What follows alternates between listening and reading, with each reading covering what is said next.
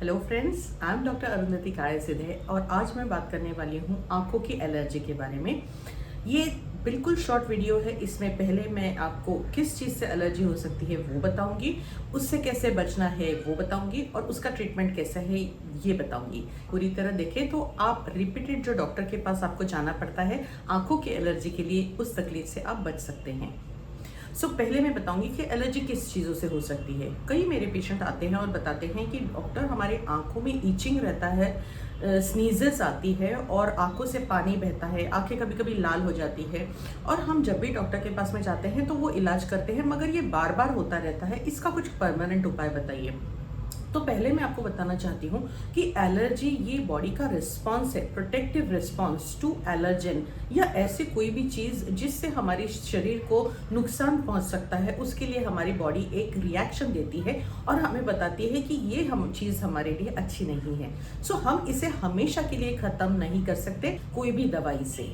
हम इसको सिर्फ कंट्रोल कर सकते हैं। तो एलर्जी किन चीज़ों से हो सकती है? कई लोगों को ये सीजनल होती है कि किसी एक मौसम में पोलन ग्रेन्स है या ऐसा कुछ हवा में है जिसकी वजह से एलर्जी हो सकती है।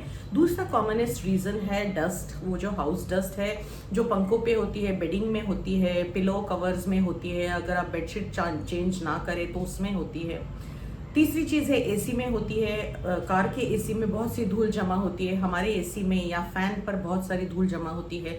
इन सब चीज़ों को ध्यान में रखना है। आप जब भी बाहर जाए आपको गॉगल लगाना है। गॉगल की वजह से धूल, पोल्यूशन और जो डस्ट है वो उड़ने का प्रमाण आंखों में कम हो सकता है। आपको बाकी और क्या करना है मैं बताती हूँ। जब भी आप ट्रैवल करके आपके ऑफिस पहुंचे, आप आपकी आंखें धो ले, या घर पहुंचे तो आंखें धो ले।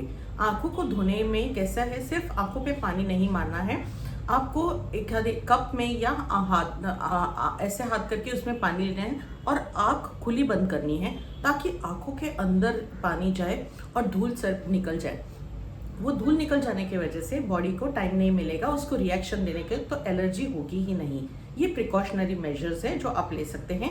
बाकी और कई चीज़ें हैं जिससे आपको एलर्जी हो सकती है, जैसे कि कॉस्मेटिक्स या घर में यूज़ होने वाला लाइजॉल या कोई भी सरफेस डिसइंफेक्टेंट या कोई भी एंटी इंसेक्ट स्प्रेड, जैसे मस्कीटो के लिए मारते हैं स्प्रे या फिर कॉकरोचेस के लिए मारते हैं, या कोई कॉस्मेटिक या कोई सोप या कोई शैम्पू या कोई हेयर डाई, इन चीज़ों से भी आपको एलर्जी हो सकती है। आपको फिगर आउट करना है कि किस चीज़ को इस्तेमाल करने के बाद में आपको ये सिम्टम्स आ रहे हैं। तो ये हुआ प्रिकॉशंस का।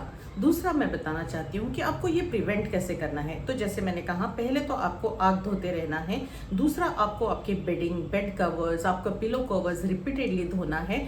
एसी का क्लीन करवाना है, फैन को साफ कराना है। जब भी आप बाहर जाएं तब गॉगल लगाना है। इस चीज़ों से और आँख धोएंगे तो डस्ट जो भी आँख में पड़ी है या जो भी एलर्जन आँख में पड़ा है उसको टाइम नहीं मिलेगा बॉडी को एलर्जिक सिम्टम देने में। आपके कॉस्मेटिक से हो रही तो उसको चेंज करना है, शैम्पू सोप से हो रहा है तो आप वो चेंज करके देखिए। इन सब वजह से ये कम रहेगी। तो ये है कि प्रिकॉशंस कैसे लेना है। तीसरा है कि इसका ट्रीटमेंट क्या करना है। अब जब भी आपको बहुत ज़्यादा एलर्जी हो, आप आपके डॉक्टर के पास में यानी ऑफ्थेल्मोलॉजिस्ट के पास में जाए और प्रॉपर ट्रीटमेंट कराएं। वो आपको ऐसी दवाई देंगे जिससे ये एलर्जी कम रहेगी। एक हफ्ता वो दवाई लेने के बाद में आप शिफ्ट कर सकते हैं ऐसी चीज़ों पे जो आपको डॉक्टर के प्रिस्क्रिप्शन की या सलाह की ज़रूरत नहीं पड़ेगी। फॉर एग्जांपल, आप over the counter liquid tears ले सकते हैं, जैसे कि रिफ्रेश टीयर्स, ल्यूब्रेक्स, आई मिस्ट, ऐसा कुछ आई ड्रॉप। दूसरा, आप एंटी एलर्जिक आई ड्रॉप ले सकते हैं जिसका नाम होता है ओलोपैटाडीन या एलकैफ्टेडीन। तो इसमें ओलोपैट या कैफ्टा ऐसे ड्रॉप्स आते हैं जिसको आपको दिन में एक बार यूज़ करना है for 15 days at least whenever you have allergy. ये आप ओवर द काउंटर यूज़ कर सकते हैं। जो लिक्विड टीयर्स है वो आपको ट्वाइस अ डे डालना है हमेशा। जिन चीज लोगों को एलर्जी लगती है उनको हमेशा ही डालना है। ऑन एंड ऑफ भी डाल सकते हैं, जैसे कि बहुत ज़्यादा समर है, बहुत ज़्यादा विंटर है तब यूज़ करिए, या जब आपको एलर्जी रहती है तब यूज़ करिए। इससे वो सिम्टम्स काफ़ी सूदिंग और कम रहेंगे। अब इससे ज़्यादा अगर आपकी एलर्जी कंट्रोल नहीं हो रही है तो आप टैबलेट एलेग्रा 180 मिलीग्राम्स भी ले सकते हैं अगर आप एडल्ट है, और अगर आप का बच्चा है तो आप उसको 120 मिलीग्राम्स एलेग्रा टैबलेट भी दे सकते हैं रोज रात को सोते वक्त, वो 7 दिन जब उसको एलर्जी ज़्यादा है। इन सब से कम हो जाएगा। अगर कम नहीं हुआ तो आपको डॉक्टर के पास में जाना है। इसके आगे की दवाई आपको खुद होकर यूज़ नहीं करनी है, क्योंकि इसके आगे जो दवाई यूज़ होती है वो अंडर प्रिस्क्रिप्शन या डॉक्टर की देखरेख के नीचे ही डालना है, क्योंकि उन दवाइयों से आपको साइड इफेक्ट हो सकते हैं जो सिर्फ डॉक्टर समझ सकते हैं और आपको स्टॉप या स्टार्ट या कितना ड्यूरेशन डालना है वो बता सकते हैं। तो इसके आगे की दवाई आपको खुद होके नहीं करनी है, ये मेरी आपको सलाह है।